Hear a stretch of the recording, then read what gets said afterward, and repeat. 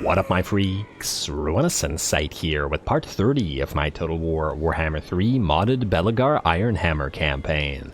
So as we saw last time, we defended against the forces of Sylvania outside of Oakenhammer, yet again throwing them back to Drakenhof, though an army still does remain here, and that still has to be destroyed, and we are now at least a little bit hurt. And that said, we should be able to handle this army, especially if it is in raiding stance, and after destroying it, well, we probably won't be able to move on to Castle Drakenhof, because there's no way we're defeating this, but at the very least it's more money and whatnot here. And we do need the money because we want to upgrade Oakenhammer and ideally build these walls up as we go. Anyway, that's good. And then also now Belegar has acquired Vermin Flail, which means he is able to move away. We are about to end our Confederation debuff, and I'm really hoping that we can confederate Kazakit-HA. Not so much because we need them, but because we want to destroy the Crooked Moon as fast as possible. Crooked Moon is the last remaining objective of the short victory condition, and that is really important because it gives us +2 control, which at this point in time we could really use. Yeah, hopefully we could get that soon. Anyway, there isn't really much to do in terms of moving or building because A, we have no money, and B, I think we've moved pretty much everybody where they need to be. Really the only thing here is to fight. So Cazador and Alaric, let's level you up and let's get to it.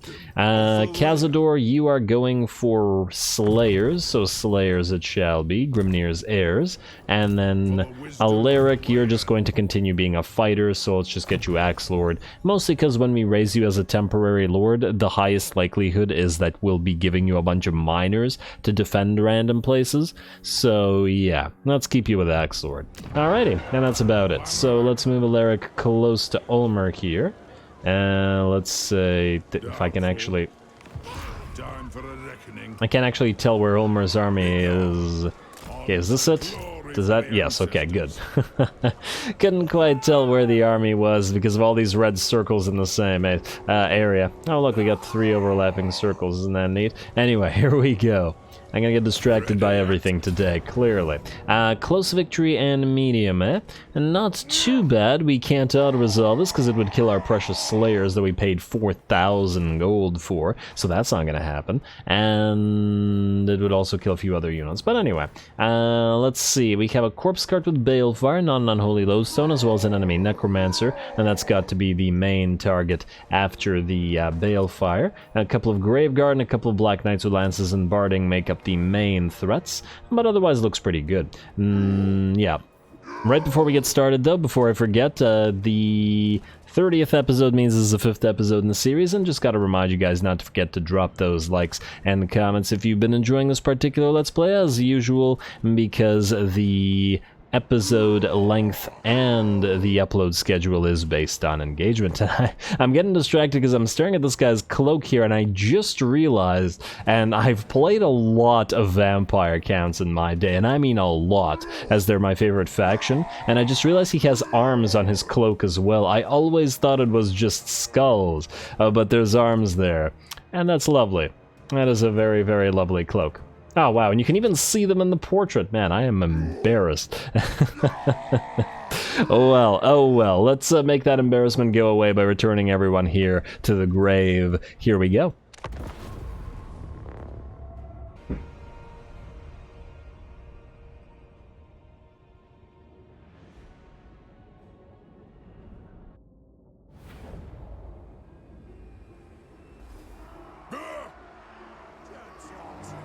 Alrighty, here we go. I don't imagine this is going to be too problematic, but hey, I mean, to be fair, we did just defeat an army with this army, and Vlad's was much better than this one. Also, the Ulthar's Rangers, they look quite nice, don't they? I like the, I really do like the color scheme.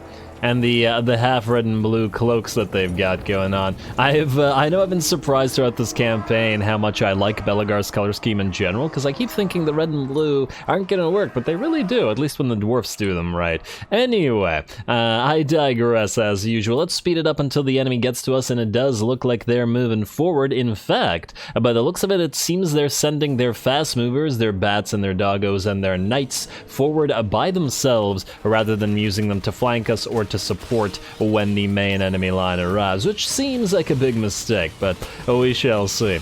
So the bats are going to be the first in, and obviously they're going to get hit by the rangers with quarrels first, and then by the axes second, though a decent amount of the axes did sail overhead. They're going to drop down on the Ulthar's rangers, which also seems like a very bad idea. The Ulthar's rangers, or raiders rather, have a 42-47 melee attack and defense, and the bats are going to just get ripped apart. Their own melee attack is far too low to fight this, and it looks like our rangers are basically not going to get hurt at all from this. In fact, it's probably more dangerous if our own units hit the bats. Anyway, the dire doggos have arrived. They are hitting our miners, and we did countercharge the second unit of dire doggos with our lord, who is now facing this way in order to get a rune of flight, master rune of flight off, which is also an axe.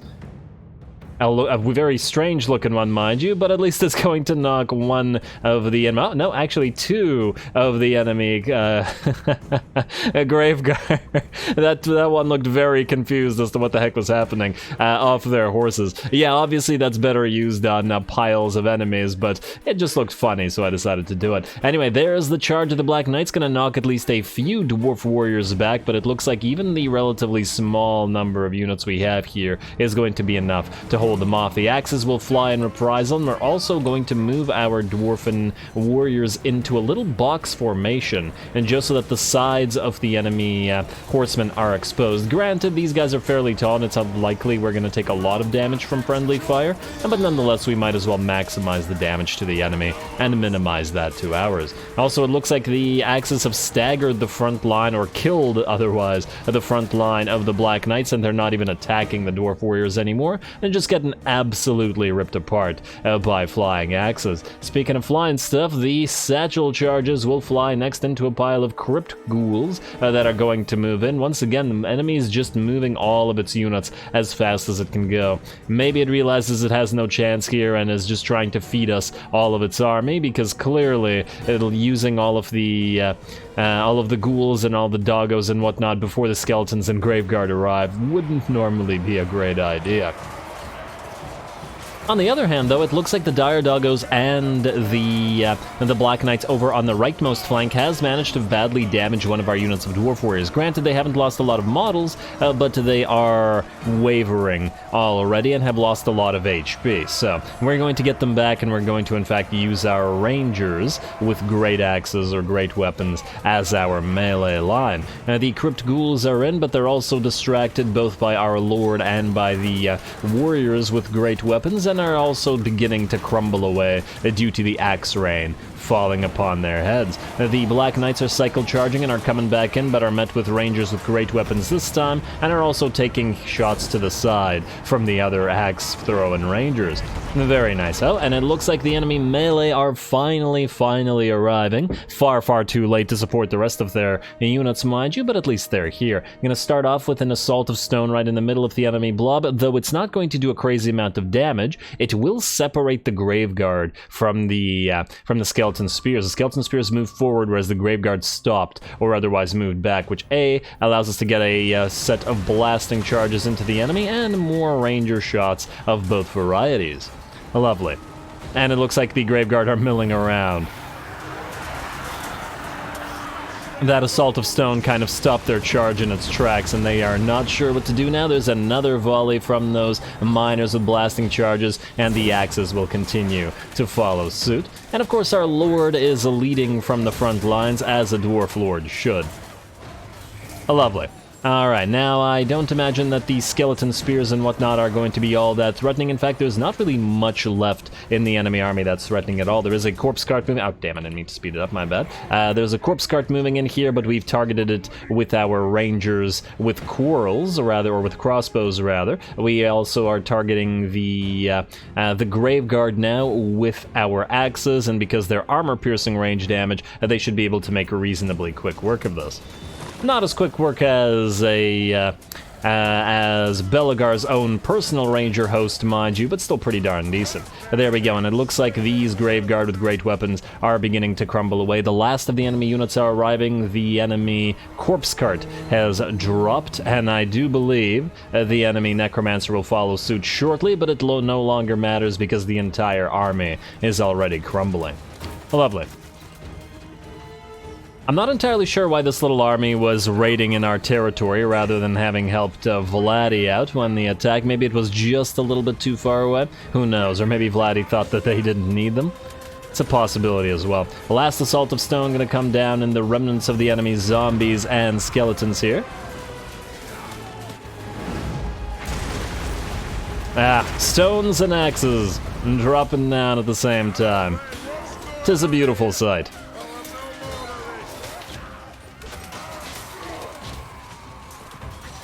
Alright, and the battle's just about done. The last of the zombies and the skeletons gonna crumble away, and not much to say tactically about this. The last few zombies, each one's gonna take... Oh, very nice. Oh, man, once again, man, I've been saying this for the past, like, 3 episodes of various campaigns now. The last shot seems to be pretty fantastic always. The last action shot, because it freezes mid-action shot. Oh, look at that. And you can't hide this thing. And I'd love to take a screenshot of this, just like I have recently in my Arcan campaign and my Crocky campaign, and I think my Empire campaign as well. Man, the perfect action shot there. Oh well. Really got to figure out a way. Maybe there's a mod. I keep thinking to myself to check if there's a mod to actually remove this, like hide the UI in the way that the rest of the UI hides, but anyway, I digress.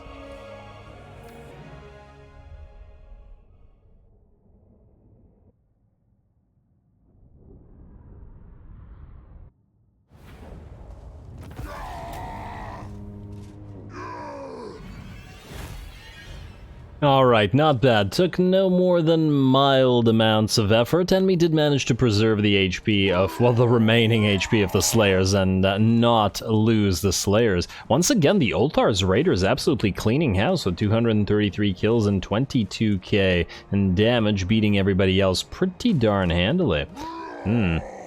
Nice job, Toltar's Raiders. I'm glad that we have the unit. Alrighty, we are obviously going to take the 300 Oath Gold, which is surprisingly considerable considering the foe. But I'm glad of it. Alright, execute and loot. These guys are going to back up, and we will have to, by the looks of it, destroy them again.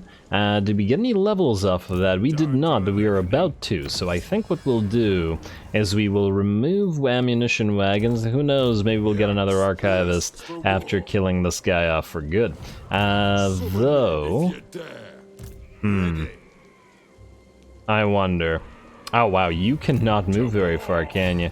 Well, in regular stance you can. Hopefully we're gonna be able to get back to our home province after this.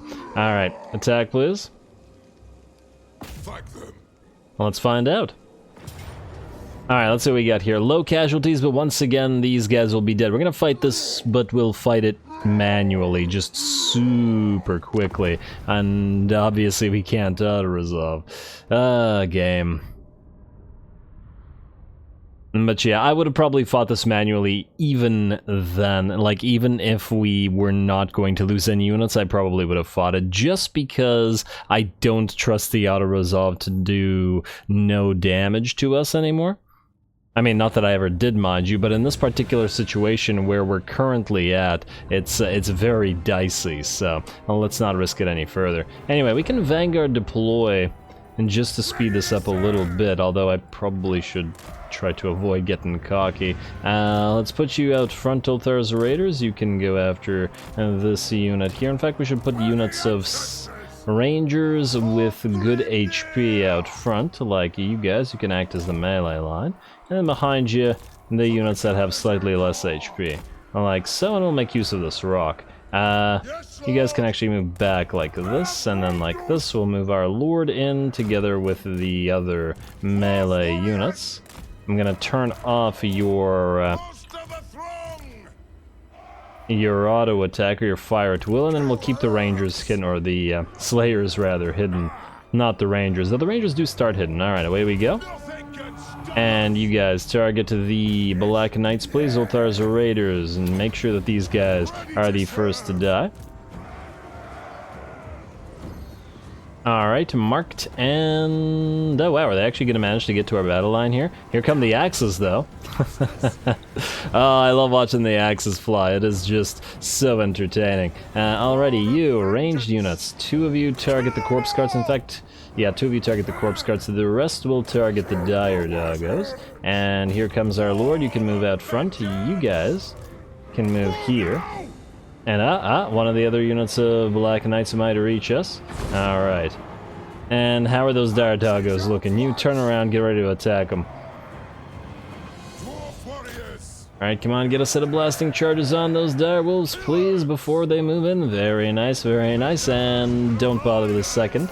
Alright, just melee attack them. Alright, the rest of our units are moving forward. Rangers keep targeting the enemy necro for a few more seconds, and then when you're done, target the corpse cart. Alright, you guys target whatever is out here. Oh, look, the dire doggos made it through.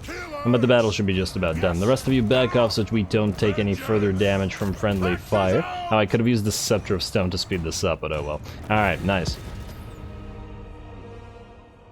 6 losses still probably to the dire dog. No, it was actually to the second unit of Black Knights with Lances and Barding. Their charge managed to actually kill a few rangers. Damn.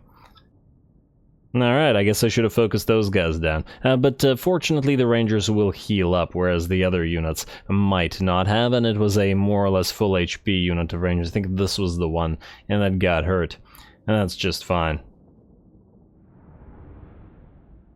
Man, imagine how annoying it would be if the dead rise could happen more than once, just like as many times as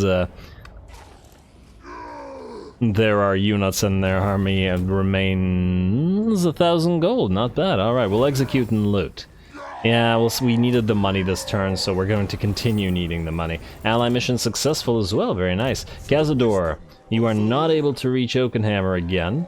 But you are in March stance, so that's where we're going. And Alaric, you're gonna go behind Cazador as well.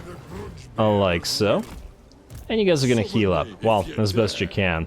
Definitely not to full. And in fact, what we'll do here is we'll upgrade you, and we'll upgrade those walls, and since it's probably going to take some time for all of this to get properly upgraded, we're gonna turn you to venerate the ancestors. Not so much for the control, but rather for the chance of, or the casualty replenishment rate increase, because clearly we really need it. You, researcher, going back on the ammunition wagons, as I don't imagine there's anything to do. Did you actually not level? You had like 10 XP or something left. I swear, he had a sliver of XP before that battle, and he still has a sliver of XP. And he was the one that attacked, and the Lair Get Gold wasn't. Interesting. Well, either way, we should more or less be fine. Then what we're gonna do is we're gonna put you, Burnoth, outside of the settlement and into ambush stance, in the hopes that this guy attacks you. I actually hope that he's gonna go north instead, but, you know, we'll see. And then Guthrie, you're supposed to move down. Do we actually need you to help with this? We might, depending on what's in here. If there's Arachnaroks in there, yes, we will definitely need your help. If there are no Arachnaroks here, less so. I mean, a single turn's probably not going to make that much of a difference. Let's just put you into Karak Drawn. We could jump you, but I'm a little bit worried about getting intercepted, so let's not chance it, shall we? And go back here. You can always transfer your stuff to Fimber Ironhammer next turn. Alrighty, the rest of this looks good to me. We've got no money, and just to double check, I don't think we need to or can move anybody else. Lastly, let's just go to quick deal.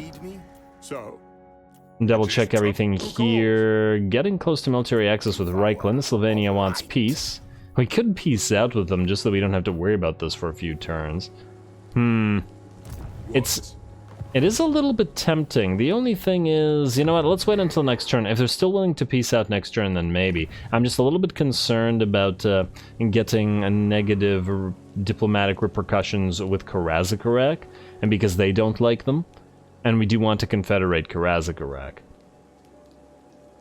Though it would be nice not to have to deal with them for a few turns. It would allow us to go north and deal with Azag, at least until they redeclare war. And in fact, peace with them might allow us to actually fully build up the walls at Oakenhammer, which means we wouldn't have to constantly sit here like we've been doing. But anyway, that's for another turn. Let's end said turn. Let's see if Sly decides to attack us or not. And Barundan Stoneheart, where are you going? Oh, right, you're supposed to take Bilbali, but we don't have the money to take it right now, so in a little bit, buddy, in a little bit. Hopefully we don't encounter any more factions, because we're at the shore now. Which has me a little bit concerned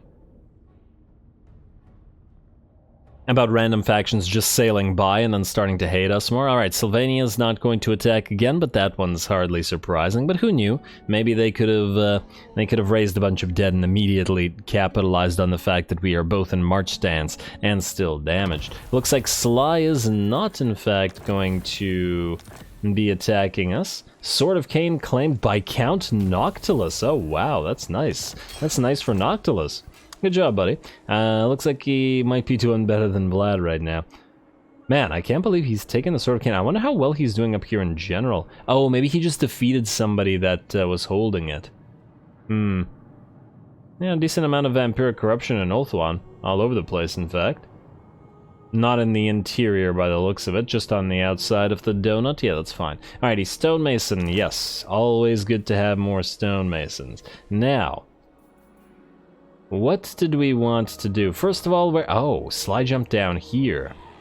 Yes. Okay, that's more annoying than what I was thinking would happen. But more importantly, Confederation is up. Are you ready? Yes, you are. So Thorgrim will actually join our faction right now. I do want to check one thing, though.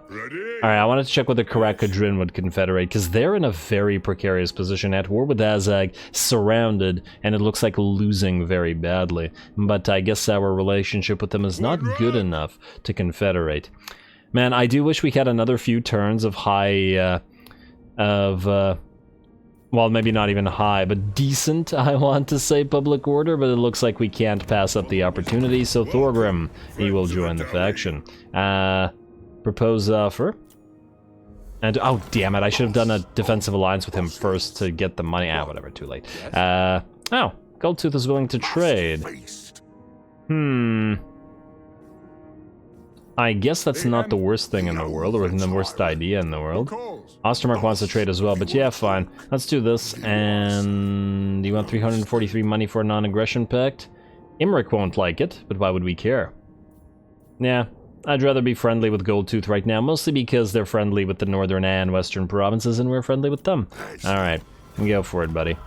And what the heck? Why did all those go...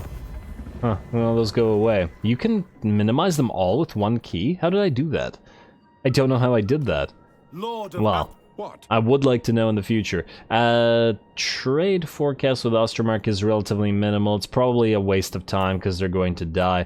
Better to trade with another faction as it comes up. Otherwise, it looks like there's no more Diplo and no more missions. And more importantly, we have Confederation. So, let's see what we're looking at here. We've got a Slayer Shrine and a Mustering Hall, which means we can get another... No, we cannot. We're at 7 out of 6 Thanes.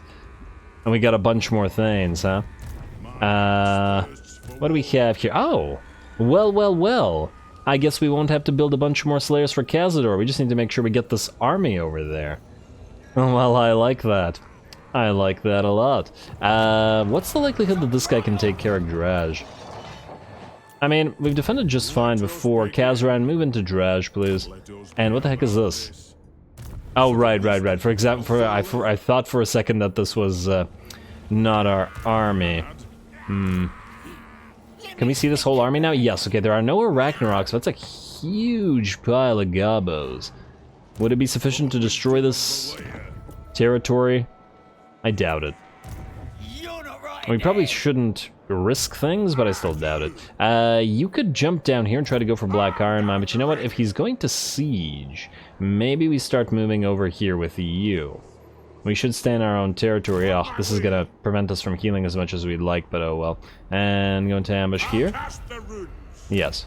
And keep moving forward. And then if he sieges, we may even want to sally out and attack with this army together. I've been meaning to check out those Outriders, or try out those Outriders. Alright, yeah, everything else is fine. Now, what do we do about all this? So first of all, we have a toolmaker's workshop here, which is probably the wrong thing to have. The gunsmiths is alright. Don't we have the, huh? Oh, I'm looking at the wrong place. Yeah, we should have the gyrocopter place here. Karak Airfield. Campaign movement range for all armies faction-wide. Of course, we can't build it quite yet, but we will eventually. And, ooh, control faction-wide from the throne of the High King. Yes, please. Alright, also... When is Thorgrim back? What is up with his portrait?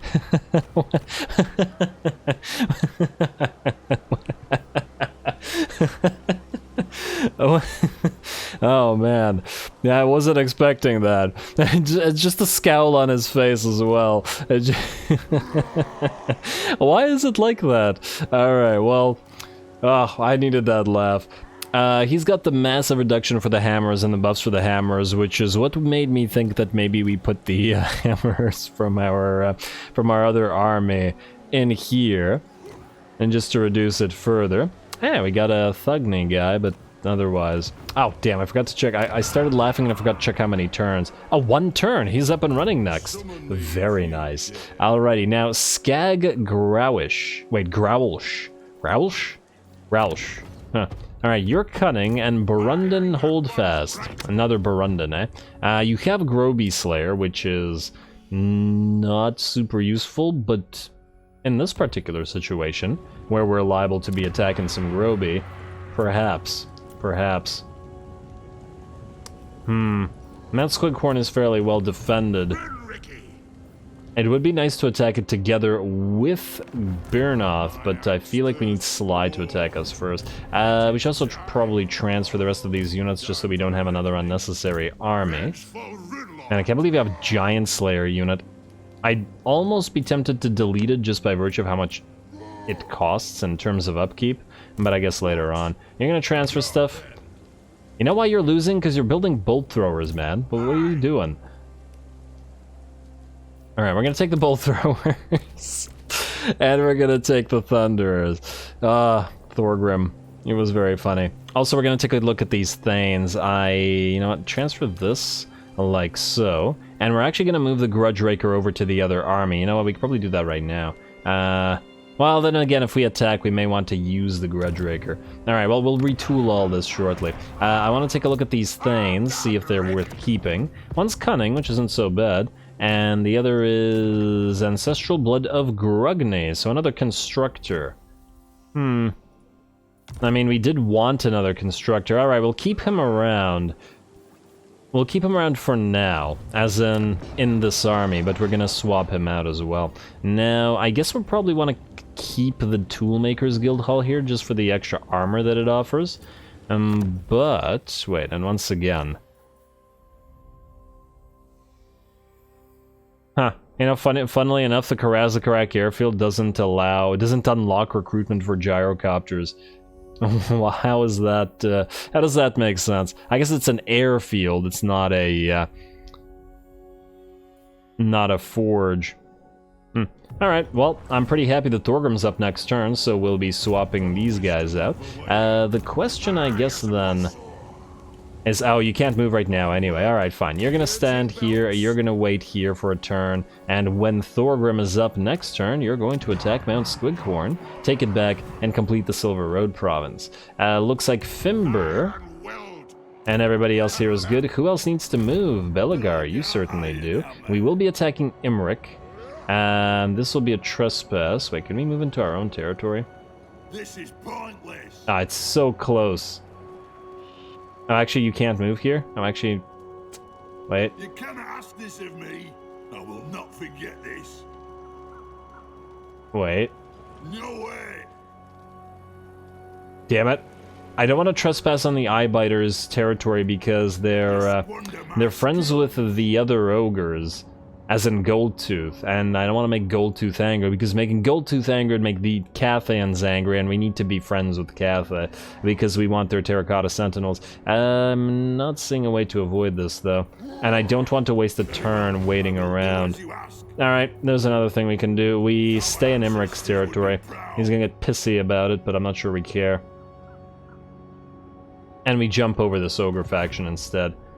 Although, funnily enough, they hold the Darkhold here, and that's a territory that is also important to the Dwarfs. They've only got 2 territories. Maybe we should just outright destroy them. Not now, mind you, but come back around and destroy them. Granted, you guys have said in the comments that you want Imric dead as well, so yeah. Alrighty, well, we're gonna trespass in Imric's territory for now, and then we're gonna jump over the ogre's stuff. Hopefully we'll be friendly with Goldtooth by the time we need to. Alright. Now, is everything else looking more or less good? Man, we had 5,000 gold for just a second there, and now we no longer do. I know that there's a few more buildings that I wanted to swap around, and a few more buildings that we wanted to build as well. Namely, there's 3 mines here, all of which need an upgrade, so all of you, I'm gonna head here. There we go. And you are gonna head here as well for a turn. Oh, public order's still dropping. Damn you, Confederation. It's never gonna end, is it? Goral mine, Goral mine, Goral mine, and then you can leave to go back here. Alright, +3 at least. We should walk over here with the Engineer Corps, as someone has dubbed them in the... or the Corps of Engineers, somebody has dubbed them in the comments, but for now I think that they're good where they are, because there's more stuff to upgrade. We need another Goral mine here, so you're gonna go back, back, and back. This place, can it start venerating the ancestors? I think it can. Yes. Alright, for at least a little while, venerate please. Then we will upgrade the Goral mine here, and hello, we can upgrade the construction market. Yes. Good. Further construction cost reduction. And a little bit of extra income as well. Nice. It'll counteract the Urkul here. I didn't want to build Urkul in general because it causes reduction in money, but frankly, we kind of need it. Valea's Sorrow. I honestly forgot what I was going to build here. I guess nah, there's no need for public order in this place. We could build another trading depot. Well, either way, we can't build it right now because we need to move these guys down there, and we're not gonna. We can wait to upgrade you next turn, so I guess these guys will have to move down. But I think they're okay where they are. Alrighty, you guys, I think you're gonna have to stay where you are as well. Damn, look at how slow the... I don't think you have enough money to colonize this. We need to acquire money somehow. At least a little bit more money for this turn. Just to colonize the province and venerate the ancestors, allowing us to heal up a little bit. But I don't think anybody here can do anything to acquire money. And by doing something, I mean attacking. Yeah, which is a shame. But once again, what can you do? I also... We have so many damn lords, it's getting a little bit confusing. You're standing out here by yourself. Man, if we had a full HP army, I'd be really tempted by that. What's in Schwarzhofen? Oh. This thing got sacked recently. Interesting. If we move down here, you know what? Let's move you down here in camp stance. Right there. If these guys stay at Schwarzhofen and it takes a decent amount of time for their garrison to get back up and running, we may attack this, sack it for the money. Granted, it won't give it to us this turn, but nonetheless. The only annoying thing that might happen is Berend might attack Oakenhammer. Alright, so Alaric, I think we're going to keep you there. Maybe I should have just kept Cazador here. On the other hand, maybe not. And oh! I also just realized this guy's still sieging. I thought he would have attacked by now. I guess he's building a bunch of a bunch of siege engines. Anyway, I think I'm gonna call the episode here. There's no more battles that I'm aware of. At least none that I can think of right now. Yeah, you know what? Let's just see. Let's just see if you're close enough. If he's just a tiny bit short on money, maybe we can get the money from somebody. Please be like 2,000 gold exactly. Nah, damn. Now he's gonna suffer attrition if we don't get that money. All right, we gotta get something going. Or we can cancel some stuff, but I'd prefer not to. Well, we do have the trade agreement possibility with Ostermark, which goes down to 200. It's something. Alright, anything else? We can join somebody's war against somebody super far away. Wargrove of Woe, we don't really care about. Torgavan, you're fine. Who's friendly that we can join a war against? You. We've joined all your wars, damn. And what about the northern provinces? We've also joined all your wars already. And nobody wants to peace out with us right now, which is disappointing. Can't join war. Well, we can join war against the slaves of Tsar. But do we really want them marching through these territories to go to us, just like Azag's army did? Not right now, at least I don't think so. You're at war with Paravan. Oh, we could finally rejoin the war against Paravan. I wonder how Durthu would feel about that. He wouldn't hate us for it, would he? Wait. There's possibility here. Huh, he used to dislike our war with Paravan, or our former treaties with Paravan, but now he doesn't seem to care. What about these guys? We'll kind of dislike them. Alright, you know what? We're gonna do it anyway. I'm gonna try. Paravan, 2.3, 600 gold. Let's see how Durthu feels about that. Paravan will probably ask us to peace out eventually anyway. Now, these guys do not seem to care about it. These guys don't like past treaties with Paravan, so they will like war with Paravan. And so will you. Alright, everybody's happy. Keep the Wood Elves nice and happy, and we have enough money to colonize the place.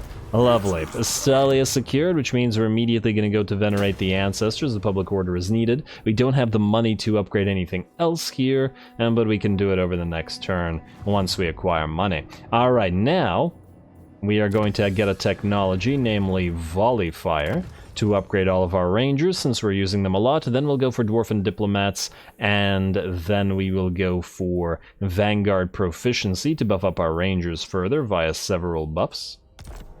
But that's a little bit away from now. I believe we're done everything that needs to be done this turn. You know what, let's end the turn, just to see if anything interesting happens. But otherwise... Alright. Skip, end turn. If we get attacked, we won't have time to fight the battle, and we'll fight it next time, but I am very curious to see if anybody does anything interesting. And either way, I want to see Thorgrim and what the AI did with his skill points. Erog is going to attack at Grom Peak. Ah, damn. And I only say ah, damn because, well, we're going to have to manually fight this. So I guess we'll start this off a next episode, and we'll be seeing Thorgrim next time. So stay tuned for that. Let's hope that this defense doesn't fare any worse than previous ones do. Don't forget to leave a like and comment. All glory to the algorithm. And thanks for watching.